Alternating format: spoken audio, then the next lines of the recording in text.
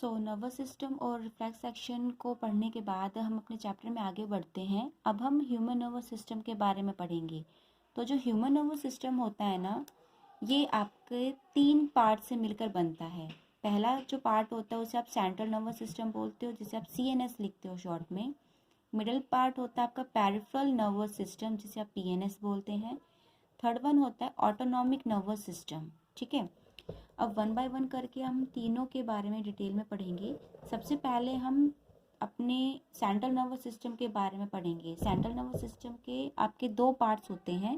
पहला है ब्रेन, दूसरा है स्पाइनल कॉर्ड। स्पाइनल कॉर्ड के तो पार्ट्स नहीं होते, लेकिन ब्रेन के हमारे 3 पार्ट्स हो जाते हैं। ठीक है, fore brain, mid brain, hind brain. ठीक है, फोर ब्रेन को आप सेरिब्रम बोलते हो, मिड ब्रेन को मिड ब्रेन ही बोला जाता है, और हिंड ब्रेन को आप सेरिबेलम बोलते हो। ठीक है, इन तीनों ही ब्रेन के पार्ट्स के अलग अलग फंक्शंस होते हैं, जिन्हें हम वन बाय वन करके स्टडी करेंगे। अब हम ब्रेन के सबसे फर्स्ट पार्ट को पढ़ेंगे, जिसका नाम है फोर ब्रेन। ये मोस्ट कॉम्प्लेक्स और स्पेशलाइज्ड पार्ट है आपके ब्रेन का, जिसे आप सेरिब्रम बोलते हो।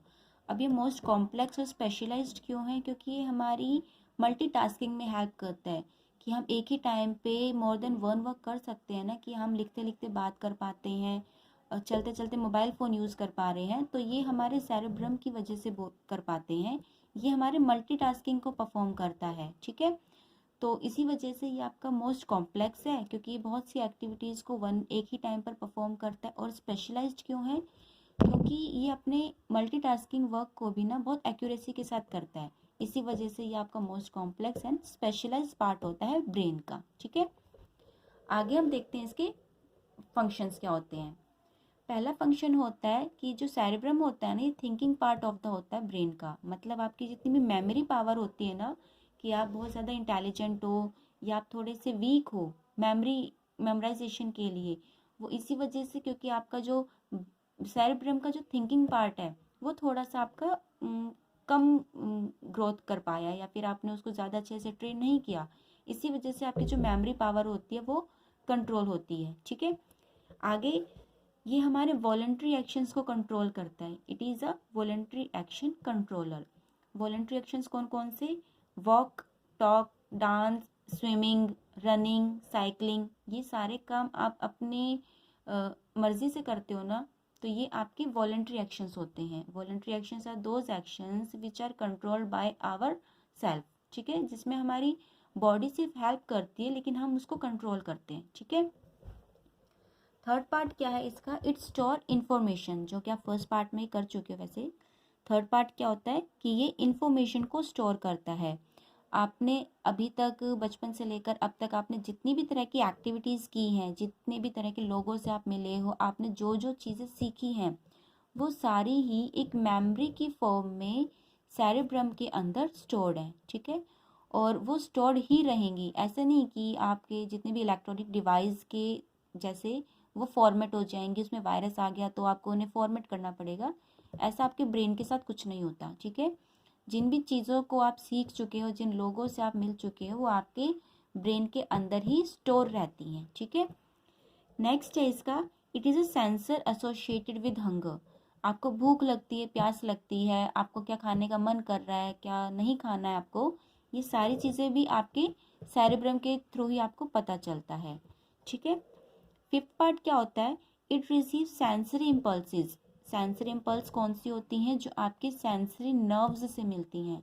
अब सेंसरी नर्व्स कहाँ पर होती हैं? आपकी स्किन में। ठीक है, जैसे आपने रिफ्लेक्स सेक्शन में पढ़ा था ना, कि आपने गर्म प्लेट को टच किया, तो आपने टच किसको किया? स्किन। आपकी स्किन ने गर्म प्लेट को टच किया है ना, तो स्किन से सेंसरी इम्पल्स आएंगी, सेंसरी नर्व्स के थ्रू आपके स्पाइनल कोड को जाती है, देन वहाँ से रिफ्लेक्स एक्शन के थ्रू एक मैसेज आता है और आपका हाथ हटा दिया जाता है। तो सेरेब्रम का क्या रोल होता है इसके अंदर? कि ये आपके डिफरेंट बॉडी पार्ट से जो जितनी भी सेंसरी नर्व्स आ रही हैं, उसको एक जगह पर इंटीग्रेट करता है, मतलब एक जगह पर उनको इकट्ठा करता है, और उन मैसेजेस के अकॉर्डिंग आपकी बॉडी फंक्शनिंग करती है। ठीक है, और सिक्स्थ पार्ट आ जाता है इसका। सिक्स पार्ट में आ जाती है आपकी जो फीलिंग्स होती है ना, किसी भी तरह की जो फीलिंग्स होती हैं, आपका हार्ट मतलब आपकी जो लव फीलिंग होती है, एंगर फीलिंग होती है, पेन फीलिंग होती है, मतलब ये सेंसर एसोसिएटेड विद हंगर के साथ साथ it is a sensor associated with feelings भी है। वो फीलिंग आपकी किसी भी तरह की हो सकती है। तो आपकी जितनी भी तरह की फीलिंग्स होती है ना, गुस्सा आ रहा है, प्यार आ रहा है, आपको मजाक करना है, जितनी भी चीज़ें करनी होती हैं वो आप सेरेब्रम की हेल्प से कर पाते हो। नेक्स्ट पार्ट है ब्रेन का, मिड ब्रेन। मिड ब्रेन के दो पार्ट्स हैं आपके, hypothalamus and pituitary gland. Hypothalamus chemical coordination करता है, मतलब ये केमिकल कौन सा केमिकल रिलीज करना है ये डिसाइड करता है। पिट्यूटरी ग्लैंड हाइपोथैलेमस की परमिशन लेकर किसी तरह के हॉर्मोन्स को रिलीज करता है, ठीक है। तो पिट्यूटरी ग्लैंड को मास्टर ग्लैंड्स कहते हो क्योंकि ये आपके डिफरेंट टाइप के हॉर्मोन्स को रिलीज करता है, ठीक है। वो हॉर्मोन्स आपके किसी पर्टिकुलर एज में रिलीज किए जाते हैं, ठीक है। वो एक एग्जांपल के लिए हम एक हार्मोन का नाम लेते हैं, ग्रोथ हार्मोन। ग्रोथ हार्मोन कौन रिलीज करता है? पिट्यूटरी ग्लैंड रिलीज करता है। ये ग्रोथ हार्मोन रिस्पॉन्सिबल होता है आपकी बॉडी की ओवरऑल ग्रोथ के लिए, ठीक है। आपकी अर्ली एज में ये हार्मोन काफ़ी अच्छी अमाउंट में रिलीज होता है, जिसकी वजह से आप अपनी बॉडी, आपकी जो हाइट होती है, आपकी जो लेंथ होती है वो इंक्रीज होती है, ठीक है। जैसे जैसे आप प्यूबर्टी एज को क्रॉस करते हो ना, आपका ये जो हार्मोन है इसकी जो अमाउंट है पिट्यूटरी ग्लैंड उसको कम कर देता है। इस वजह से आपकी बॉडी की ग्रोथ थोड़ी स्लो हो जाती है, ठीक है। लेकिन अगर आप किसी तरह की फिजिकल एक्टिविटीज़ करते हो ना, जैसे आप स्पोर्ट्स करते हो, रनिंग करते हो, तो आपके पिट्यूटरी ग्लैंड को ना एक मैसेज मिलता है कि वो और ज़्यादा हार्मोन रिलीज करता है। इसीलिए अर्ली एज में आपको अच्छी तरीके से स्पोर्ट्स खेलने चाहिए, ताकि आपकी जो हाइट है वो, आपकी जो हाइट है, आपकी जो ब्रेन की ग्रोथ है, आपकी जो बॉडी पार्ट्स की ग्रोथ है वो काफ़ी अच्छे से हो सके, ठीक है।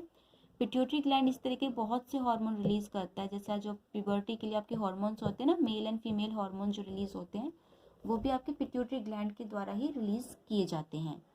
आगे तीसरा पार्ट होता है ब्रेन का, जिसे आप हिंड ब्रेन कहते हो। हिंड ब्रेन इसलिए कहते हो, ब्रेन का तीसरा पार्ट कौन सा होता है? हिंड ब्रेन, जिसे आप सेरिबेलम कहते हो, ठीक है। सेरिबेलम आपके हिंड ब्रेन का फर्स्ट पार्ट है जो आपकी बॉडी पोस्चर को कंट्रोल करता है और उसे बैलेंस रखता है। बैलेंस किस तरीके से और पोस्चर किस तरीके से? फॉर एग्जांपल, अगर आपको खड़े होना है, आपको चलना है, आपको उठना है। अगर आपको चलना है तो चलने के लिए पहले खड़े होते हो।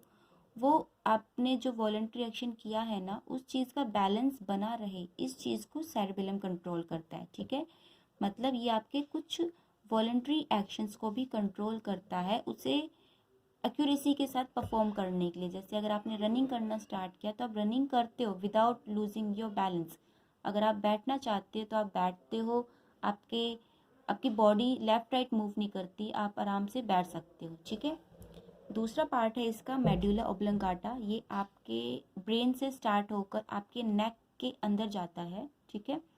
ये आपके इनवॉलेंट्री एक्शंस को कंट्रोल करता है। इनवॉलेंट्री एक्शन कौन कौन से होते हैं? आपका ब्लड प्रेशर, आपका जो बीपी है, आपका जो ब्लड है वो किस प्रेशर रेट के साथ आपकी बॉडी में फ्लो हो रहा है, ये आपका मेडुला ओब्लंगाटा डिसाइड करता है। वोमिटिंग, जब आपका रिफ्लेक्स एक्शन होता है ना वोमिटिंग, तो वो मेडुला ओब्लंगाटा उस चीज़ को कंट्रोल करता है। इनवॉलेंट्री एक्शन यहाँ से कंट्रोल किया जाता है।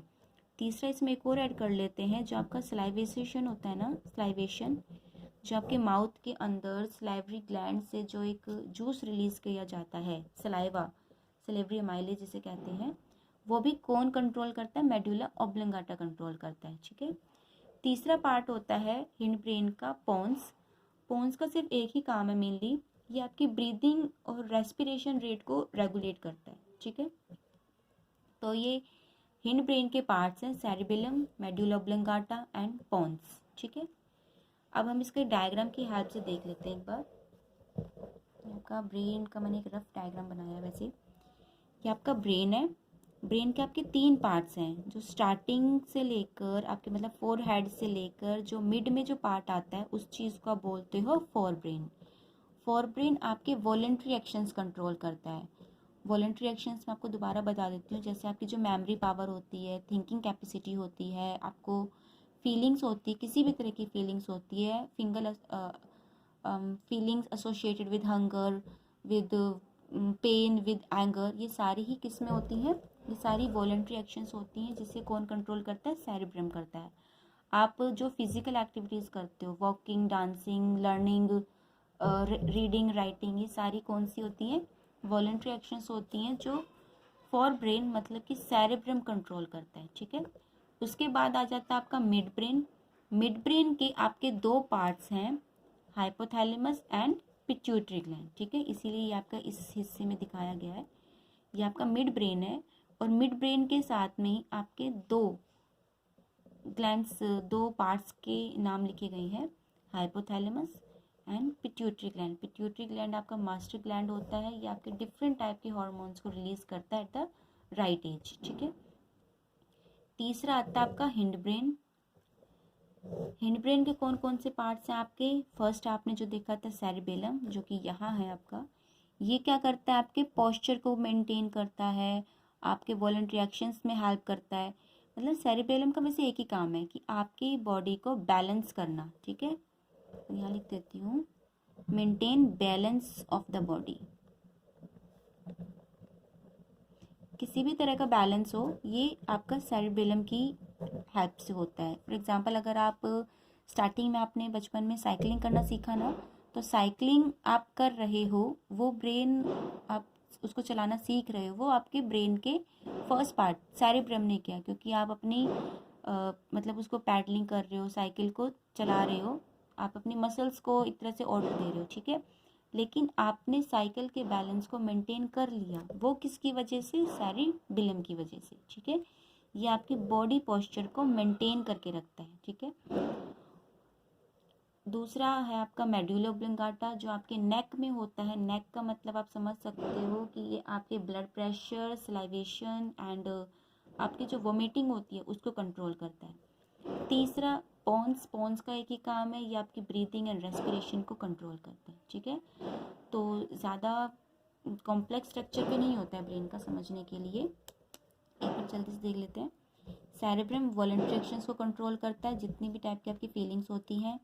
जो सेरिबेलम होता है, हिंड ब्रेन का पार्ट, ये आपकी बॉडी के पोस्चर को मेंटेन करता है, किसी भी टाइप का पोस्चर वो हो सकता है। और हिंड ब्रेन आपका केमिकल कोऑर्डिनेशन करता है, आपकी बॉडी में किस टाइम पर कौन सा हार्मोन रिलीज करना है वो कौन डिसाइड करता है? आपका मिड ब्रेन। ठीक है, दैट्स इट।